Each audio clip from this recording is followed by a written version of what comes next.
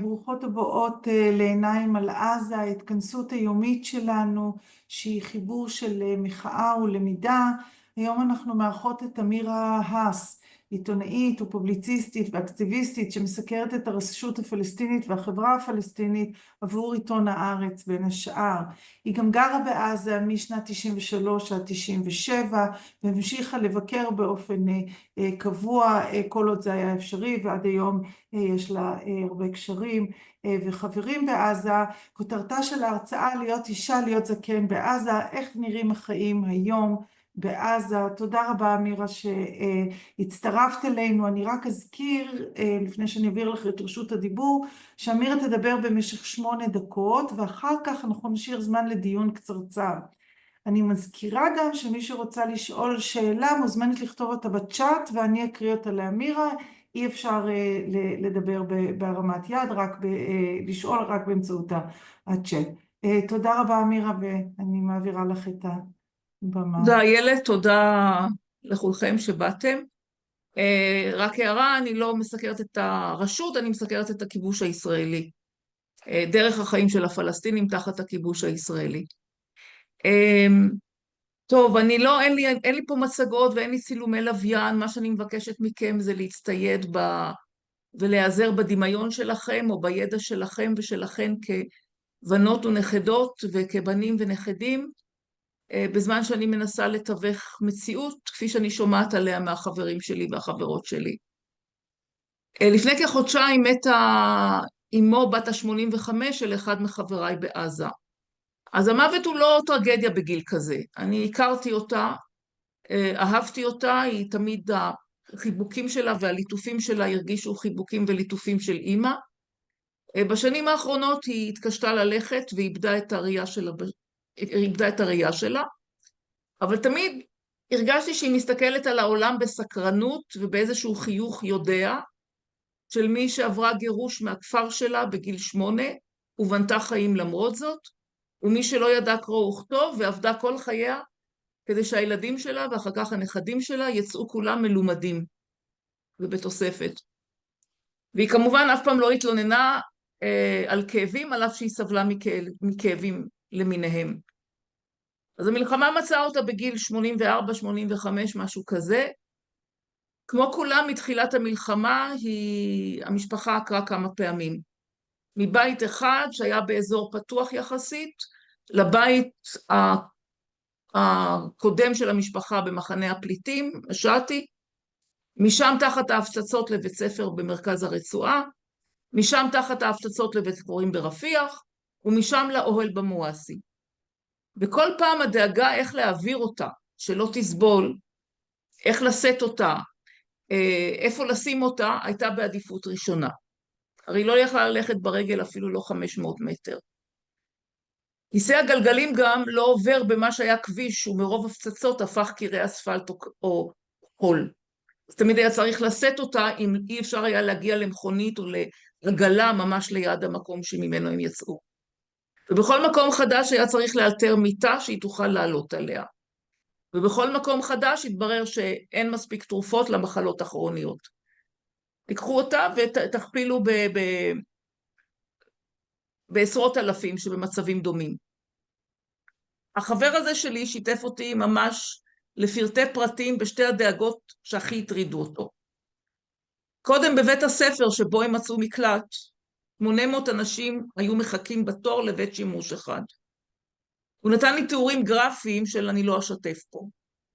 הוא היה צריך למצוא פתרונות כדי לחסוך מאמא שלו את העינוי הזה. בלילה היה קשה לה לרדת מהמיטה, אז צריך למצוא לה חיתולים, ואלו אזלו או התייקרו הרבה יותר מהר מחיתולים לתינוקות. או זה הרבה יותר הכביד מאשר ההיעדר של חיתולים לתינוקות. היה צריך לדאוג שתשתה מספיק. אני יודעת מאחרים שמה שקרה הוא שזקנים שתו פחות, במילא מים ראויים לשתייה הם קשים להשגה, ומהצד השני הם התאפקו ולא עשו צרכיהם כמה ימים ואפילו יותר, רק כדי לחסוך מעצמם את ההמתנה לבית שימוש יחיד, או לפתור את עצמם מהיציאה בלילה מהאוהל, לתא שירותים ציבוריים בקצה שורת האוהלים. הם מתו מהצירוף הזה, התייבשות והרעלה פנימית. 3% מאוכלוסיית הרצועה לפני המלחמה היו מבוגרים מעל גיל 65, כלומר כ-70,000. ברור שלא כולם במצב קשה כמו של אמא של חברי, נאמר שרק 0.5%, 12,000. אבל הנה, מביניהם אני מכירה עוד 4 נשים וגבר אחד, הורים של חברות וחברים שלי, שכולם מתו במהלך המלחמה. לא מהפצצות, אלא מכל הסיבות שאפשר לדמיין מהתיאור שפה. מישהו מצירוף של סרטן ושברון לב, אחרת מלחץ דם ושברון לב, אחר שכבר היה אחרי שבץ מוחי. כולם מעל 85, 4 מהם מגורשים מ-1948. שוב, הטרגדיה היא לא במוות עצמו, אלא באכזריות שלה נחשפו בשנה וחצי האחרונה. אני לא אשכח את הפנים של אחת מהן, שמתה לפני חודש, בסרטון אחד שקיבלתי. אזור במחנה ג'באליה הופצץ, איפה שהיא גרה, ושתי שכנות או קרובות תפסו אותה והחזיקו אותה כמעט באוויר, כדי לברוח בתוך האבק והאפר. זו הייתה אישה חזקה מאוד, אבל את הבעלה אי אפשר היה להחמיץ. החבר הראשון שסיפרתי עליו הצליח לצאת מהרצועה עם אשתו וילדיו כמה חודשים לפני כן. אמא והאחים שלו חזרו לבית באשתי, שזה היה ממש פלא גדול. הוא נשאר חצי שלם הבית, אז הם יכלו לחזור. וזו הייתה הקלה גדולה, בעיקר כי הם יכלו להבטיח שירותים ומקלחת לאמא שלו. התקשרתי לנחם אותו אחרי שידעתי שהיא הלכה לעולמה, והוא אמר את מה שציפיתי שהוא יגיד. עם כל הגאה והגעגוע הוא חש הקלה. פעם הוא לא דיבר על המים ועל הבית שימוש, הוא אמר שאחד הפחדים הגדולים שלו זה שכשהצבא ייתן הוראת גירוש נוספת, בלשון המכובסת של הצבא ושל התקשורת הישראלית, פינוי או הנאה או שינוע, בתוך כל המהומה והבהלה ישכחו לקחת את האמא, או לא יהיה איך לסחוב אותה, והיא תישאר לבדה ותגבה לה בין ההפצצות, ולא יכולת לזוז ולדאוג לעצמה, וזה גם אם היא לא תיפגע בהפצצה. גם על הקשיים הכפולים והמכופלים של נשים מדברים פחות בפומבי, בייחוד מכיוון שאנחנו מדברים בחברה פטריארכלית ושמרנית. אני אתחיל בנראה לעין. רוב הנשים עובדות במצב הזה פי 7, כשהן מנקות, כשהן מבשלות, כשהן קונות בשוק, כלומר מה שהן עושות ברגיל רק פי 7, כי הכל לוקח עכשיו יותר זמן וכוח, וכשאין כוח, ודורש המון אלתורים. בשביל חברה אחת שלי שאלתי אותה, מה את עושה היום? היא עושה פול, לא מקופסאות, אלא איכשהו היו צריכים למצוא את המים בשביל להשרות את הפול, ואז לבשל, אין גז, אז לבשל על איזשהו, כל אחד ילתר סוג של תנור או משהו שמבעירים אש, ואז צריך היה למצוא את העץ להבטיח שאפשר יהיה להדליק וכו' וכו'. אני לא חושבת שהמלחמה גרמה לגברים לשתף הרבה יותר בעבודות הבית או האוהל, אם כי כמובן להביא מים נקיים מנקודת טיהור של מי תהום מלוכים, או להביא את חבילת מזון מהמרכזי סיוע הקטלניים, זו משרה מלאה וקטלנית שהגברים והילדים שותפים לה. אבל הנה כמה דברים בסיסיים שממש לא מדברים עליהם. כל הנשים הפלסטיניות בעזה חייבות וגם רוצות לעטוף את כל גופן וראשן כשהן במרחב הציבורי. בבית הן יכולות ללכת בשורטס ובשיער גלוי, אבל בעזה אין היום מרחב פרטי. מהאוהל שכל אחד יכול להציץ בו ועד הדירה החצי הרוסה שמתקבצים בה 20 בני המשפחה המורחבת. לכן נשים לא מורידות את שכבות הבגדים שעליהן. דמיינו את החום בעזה, את הלחות, את המחסור במים ובמקומות רחצה. לא פלא שהתפתחו אצל מחלות אור שקשה לתמיין. כל מה שציינתי בהקשר למבוגרים ובתי השימוש והרחצה, נכון גם לגבי נשים. הן מתאפקות בעשיית הצרכים יותר מגברים. אחד מהדברים שהיו חסרים מההתחלה הם תחבושות היגייניות. תראו לכם את הסבל שלהן בתקופת הווסת. שנוסף לכל הן לא יכלו להתקלח, אם מכיוון שאין מקלחת באוהל, או שאין מים או שניהם. אנחנו מדברים על רחובות שהביוב זורם בהם, זבל שנערם, ומעליו עננים של בחשים וזבובים. הגברים והילדים יכולים לטבול חצי ערומים בים, הנשים והבנות לא. אני יודעת על דלקות שהתפתחו ושמן הן סובלות, בשיעור גבוה פי כמה מבימים רגילים. נשים גם ממשיכות אני עוד משפט אחרון. תודה. נשים גם ממשיכות להיכנס להיריון וללדת בתופת הזו. יש שיגידו שזו הוכחה לחיות ולרצון לחיות, והתקווה שכל הזמן שהנה הסיוט ייפסק. אני קצת חשדנית לגבי הנימוק הזה, או משערת שהוא לא תופס לגבי כולם. הנכון יותר שאין אמצעי מניעה, ושאין דרישה חברתית, תרבותית ודתית פומבית מגברים להתאפק. וכך נשים מוצאות עצמן בהיריון בתוך הגיהנום, בידיעה שהתינוק שלהן סובל מתת תזונה עוד מלפני לידתו. אז זה על קצה המזלג. תודה, מירה. אנחנו עכשיו נאסוף שאלות בצ'אט. יש לנו שאלה ראשונה מעידו. את מתארת מציאות איומה ומבישה. האם תוכלי להרחיב קצת דיבור על מציאות חיים במחנות הריכוז, במואסי ובצפון הרצועה, בהם ריכזה ישראל את האוכלוסייה העזתית? איך זה נראה? כל מה שתיארתי ופי כמה יותר גרוע. אני יודעת על כל מיני איים של יוזמות, העזתים תמיד היו בעלי תושייה, יוזמות ללמד, אפילו יוזמות של נגינה, של ללמד נגינה. יש המון יוזמות כאלה. אני חושבת שמה שאנחנו רואים בסרטונים זה קצת יותר ממה שזה באמת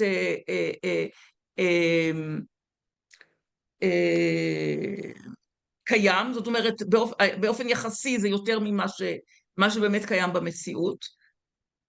אבל אנשים ממש חיים אחד ליד השני באוהלים, שומעים כל דבר ממה שקורה באוהל ליד.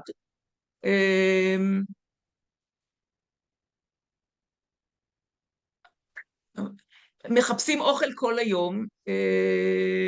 אני יודעת שיש הרבה מריבות בין משפחות ובין לא משפחות, בתוך משפחות, בייחוד כשהם בבית אחד. זאת אומרת, כל הדברים שהם צפויים, אבל הם מאוד כואבים לאנשים, כי זאת חברה שכן זוכרת את הסולידריות החברתית הפנימית שלה, אבל היא גם מסתכלת בתדהמה על ההתפוררות של הסולידריות הזאת, עם כל היוצאים מן הכלל שיש, וכל הדוגמאות שעדיין יש סולידריות ועזרה וכו'. אני חושבת שבכל חברה אחרת ההתפרקות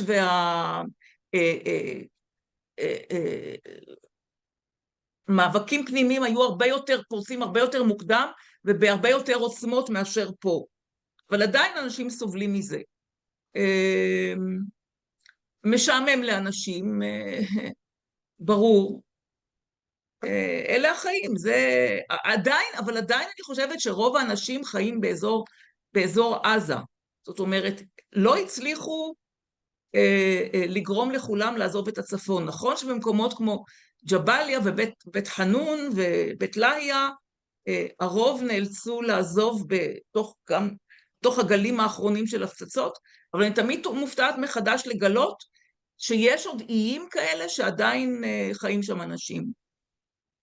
יש לנו עוד כמה שאלות. קודם כל, השאלה שאני חושבת שהרבה חושבים זה איזה דברים אנחנו יכולים לעשות מכאן? האם התרומות של כסף באמת מגיעות ליעדן? מה עוד אפשר לעשות? אני חושבת שצריך למצוא, זאת אומרת, אם רוצים מבחינת כסף, אז יש ארגונים שאפשר לסמוך עליהם ואפשר להעביר כסף ולהגיד, אני רוצה שזה יהיה נאמר לשליחת רופאים לעזה ממקומות שונים בעולם. למשל, זה ארגונים שאנחנו יודעים שהכסף מגיע ליעדו. או ארגונים ישראלים שהם בקשר, אבל אנחנו יודעים כמה זה צריך להיות קפדן פה וזהיר. שואלת לי האם את יכולה להרחיב על השאלה לגבי החברה בעזה היא חברה דתית שמרנית, האם יש גם מרחבים אחרים, וכיצד השמרנות משפיעה לחיוב, לשלילה, איך היא פועלת בתוך החברה? תראו, אני הרבה זמן לא חייתי בעזה, ואני מוכרחה להגיד שכמובן רוב החברים שלי שהייתי איתם היו נאמר, היו חברות פמיניסטיות וקצת שונות מהמיינסטרים, או אפשר להגיד רוב האנשים הם פמיניסטיות, אבל פמיניסטיות יותר בכיוון המערבי. אני חושבת שמכמה בחינות, בייחוד הדתיות נותנת איזשהו כוח, שלי קשה, זאת אומרת, שאפילו קשה לי לשער אותו, שזה כן נותן כוח, האמונה דתית נותנת הרבה כוח לאנשים, עם כל הזעם שלהם והדבקות שלהם בחיים, המעון שלהם למות.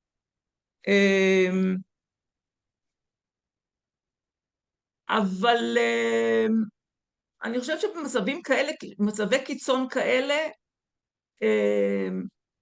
יש אלמנטים של דיכוי שיכולים להתחזק. אבל זה ניחושים שלי, זה לא דברים שאני ממש חקרתי באופן מודע, מכוון. אני יודעת ממלחמות קודמות שכיסיתי, שנראות קלות לעומת הזוועה שאנחנו מחוללים היום. אני יודעת שאני גיליתי הרבה דברים אחרי המלחמה, כל מיני דברים שפחות נעים לדבר עליהם בטלפון. ואני מעדיפה לא לחקור אנשים, אני לא אוהבת את התפקיד הזה של לתחקר אותם על הדברים הכי קשים או הכי שליליים כיום. מה שאני אמרתי היום זה ממה ששמעתי מאנשים, זאת אומרת, לא משהו שיזמתי בעצמי, אלא שאנשים אמרו לי, מהמעט שאמרתי פה. אמירה, שוב בהמשך לשאלה הקודמת על איך לזה, יש כאן בקשה, אם אפשר לפרסם מידע על ארגונים שהם כן מהימנים, שכן אפשר לתת להם, אבל אולי מה שאני אגיד זה שאם תוכלי להעביר לי באיזשהו מקום אחרי הזה מידע כזה ואנחנו נפרסם את זה, אז אנחנו נדאג להפיץ את הלינקים האלה. זה לא פעם ראשונה שיש כאן שאלות כאלה. יש פה עוד שאלות, ואולי בעקבות דברייך אולי את לא תרצי להתייחס לזה, או זה בכלל השאלה של ניצול של נשים במצבי מצוקה, שנשים הן יותר פגיעות לניצול, ואם את יכולה לדבר על זה, או שאולי זה מסוג הדברים שיוודאו לנו רק אחר כך. תראו, זה דברים שאני שומעת, שוב, אני קולטת, לא דברים שאני מחפשת באופן אקטיבי במצב הזה. לא שזה לא מעניין אותי, אבל אני חושבת שהבהרתי, זאת אומרת, שוב, אני לא רוצה בטלפון להישמע כמו חוקרת של אנשים שנמצאים בגיהנום שאנחנו מחוללים. לכן אני מאוד זהירה. אבל פה ושם אני שומעת, נאמר, תוכנית רדיו שמראיינים אחת מהארגונים שפה בגדה מסייע לנשים בעזה, ומישהי מתלוננת שיש ניסויים מוקדמים, הרבה ניסויים מוקדמים, ושל נשים, אם מכיוון שראו בחור ובחורה מדברים בחוץ ומיד מפחדים מהלשון הרע, או מסיבות כספיות, שחושבים שיהיה יותר קל, שיפחית פה אחד מהבית. אז זה דברים שאני שומעת, ומהם אני יודעת שיש דברים אולי אפילו יותר גרועים. אני יודעת ממלחמות קודמות, סיפורים קשים על בתי הספר, שבהם היה הרבה סיפורים גם של הטרדות מיניות. בריכוז כזה, אנחנו יודעים שזה קיים. שוב, אני לא יודעת מה התפוצה של זה, אני לא יודעת כמה זה משפיע, אבל זה לא דברים, זה דברים שמדברים עליהם בצנעה, לא בפומבי כפי שאני עושה עכשיו, אבל שוב, אני אומרת מה שאני יודעת מאנשים, לא משהו שחקרתי אותו. יש לי פה שאלה, שאני חושבת שהיא תהיה שאלה אחרונה, על הכנופיות בעזה, שבעזרת צה"ל, זאת אומרת, עד כמה השליטה של הכנופיות, של פשע, של אלימות, יש להם באמת סיכוי שהם ישתלטו על הרצועה בעזרת צה"ל, או שזה לא, שזה דיבורים מוגזמים. אין לי ספק שהצבא והשב"כ ונתניהו רוצים בכל כוחם שהכנופיות האלה יצליחו, זאת אומרת שהם עוד יותר שעוד יותר יערערו את המצב ויקשו על המצב, אין לי ספק. ההנס שלי שזה לא יצליח, אבל זה בינתיים גורם הרבה זעם. וחמאס, מה שמציגים אותה שחמאס פתאום היא הפושעת בגלל זה, אבל היא עושה מה שעושים במצבים כאלה, היא רואה בהם בוגדים, ולא רק היא, גם הציבור כולו רואה אותם בוגדים. אנחנו ידענו על הכנופיות האלה של בדואים בעיקר, אז זה גם כן מביך קצת, כי זה פתאום משהו שנשמע כמו מהותני, שהם פעלו כבר מזמן, ושבאורח פלא תמיד במקומות שהם בזזו, ואחר כך מכרו את הסחורה, הם הצבא, כאילו זה מקומות שהם תחת השליטה של הצבא, והצבא לא עשה נגדם כלום. אז זה ברור שהיה איזשהו עידוד עוד ממש די בהתחלה. התמונות שראינו בזמן האחרון של אנשים חמושים בעלות או ברובים ששומרים על המשאיות, זה ממש לא כמו שאמרו בישראל שזה חמאס משתלט או כנופיות אחרות, אלא זה בפירוש התארגנות פנימית שהייתה בעזה, כאן קוראים לזה חמולות, אבל זה פשוט של משפחות שהן הבסיס של המרקם החברתי כשאין שלטון, אז זה הבסיס של המרקם החברתי, והם החליטו לקחת זאת אומרת, להבטיח שמזון מגיע.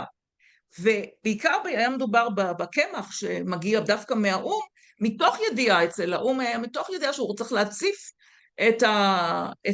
את הצפון בקמח כדי להוריד את המחירים. אמירה. כן, אנחנו צריכים מצטערת, לסיים. השעה 2:22 ואנחנו מאוד מקפידים שזה 20 דקות. הדברים שאת אומרת הם מאוד מאוד חשובים, כמובן יש פה גם הערה של נמרוד בן זאב מאוד חשובה על האופן שבו הדיכוי של צה"ל הוא כאילו מדבר על שחרור נשים, אבל בעצם מדכא נשים ורק מחריף את הדיכוי ואלימות נגד נשים. בכל אופן, תודה רבה לאמירה. נזכיר שמחר תתארח כאן דוקטור לינה קאסם חסן מארגון רופאים לזכויות אדם. היא תדבר על ההרס מערכת הבריאות ואנשיה בעזה. לתשובה לכל השאלות והבקשות הרבות להקלטות, אנחנו עובדות בימים אלה על העלאת הרצאות לאתר ייעודי, שם גם נעלה את הלינקים. אני מקווה שהוא יהיה זמין עוד השבוע, לקראת סוף השבוע, ותודה רבה שוב לאמירה ולכולם, ונתראה כאן מחר.